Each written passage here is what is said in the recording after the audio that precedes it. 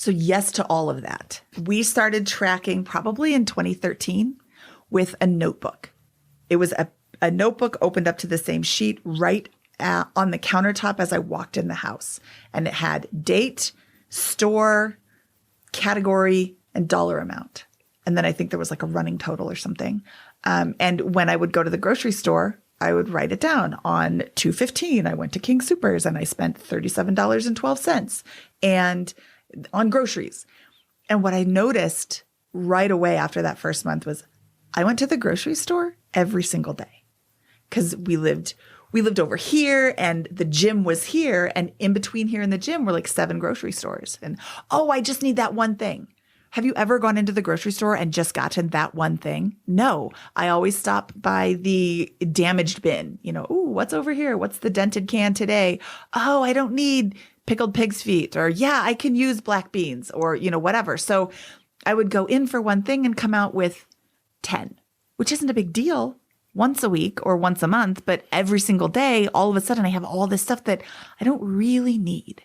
And that was the most eye-opening of tracking spending, is just, I need to stop going to the grocery store every day.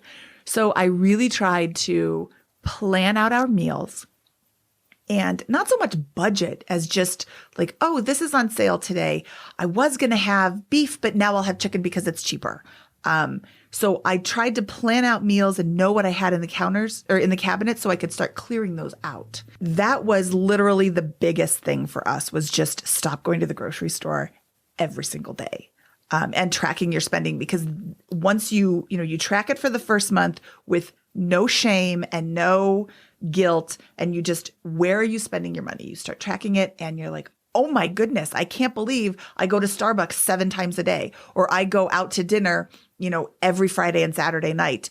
I know I do it, but I don't really pay attention to it. And now I can start seeing, oh, I don't need this. My values aren't what I'm spending my money on.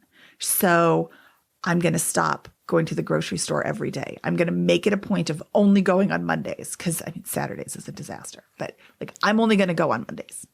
And then on Tuesday, if I need something, I'm going to have to make do, or I'm going to have to make something else. And we started making it into a game. How little can I spend? Oh, I'm not going to go to the grocery store at all this week. I've got milk and I've got fresh fruit and I don't need anything else. So I'm going to see, can I make it, 10 days without the grocery store? Can I make it 2 weeks without the grocery store?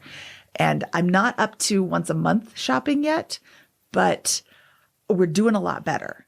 And I'm actually back down to going in more frequently, but buying less, being very conscious of what I'm buying at the grocery store. And I don't even walk past the discount bin anymore, because that's like a trigger. That's a spending trigger. We now have a thing on our phones. It's a little app. It's a Google form that is our budget. The Waffles on Wednesday group, or couple, I guess they're not a group, it's a couple. They wrote an article about how to track your spending. It's a mobile spending tracker. You make a questionnaire on Google Forms, and it's a custom questionnaire, so you can ask whatever you want. And then when you enter it into your phone, it sends it to a spreadsheet. So I don't have to remember if I'm stopping at 7 places. I don't have to remember all the things that I went to and how much I spent. I fill it out right there at the cash register as I'm walking out to my car. And that's been really helpful to track what we're spending and when we're spending, because it's so easy to forget an expense. Carl did the math. I think we spent $60,000 last year. We took a couple of vacations. I traveled a lot last year. So this year we're going to aim for $40,000 or less, minus house expense, or not including house expenses, because we just bought a new house and we're getting ready to rehab it. Gotcha. Okay. In going back to the sort of beginning of tracking the spending, obviously there's apps and there's different solutions that are technical you could manage on your phone. I think there's something powerful to write it down in a notebook for some reason. I use notebooks, and my notes here for our interview, or I wrote them by hand. I could have typed them out, but I wrote them by hand. So do you think there's anything, I guess, that was useful by writing it by hand versus using an app, or just because you could have downloaded your credit card or your bank statements and then categorize the past, and you wouldn't have had to go through that month or whatever when you or figuring out your expenses. So handwriting, any thoughts? I absolutely think that it's amazing to handwrite it. I had a notebook and it was sitting on the counter, and the first day of every month was a new page. And the first day of the month, you're like, oh, here's my mortgage payment. Here's my electric bill. And then you start watching that list grow and it's in front of your face. Mm-hmm. The only downside to the Google form is that I don't really see the spreadsheet unless I go into the computer and look at it. Whereas the notebook sitting there, right where I put my keys down, even if I haven't spent anything that day, I can still see that big list of expenses that I have, of money that I have spent.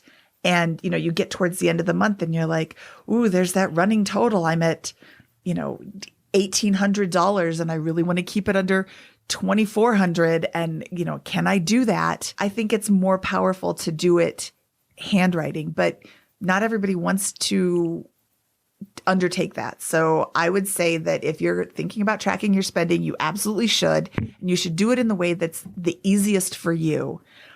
But if writing it down is at all possible, do that to look at it every single day.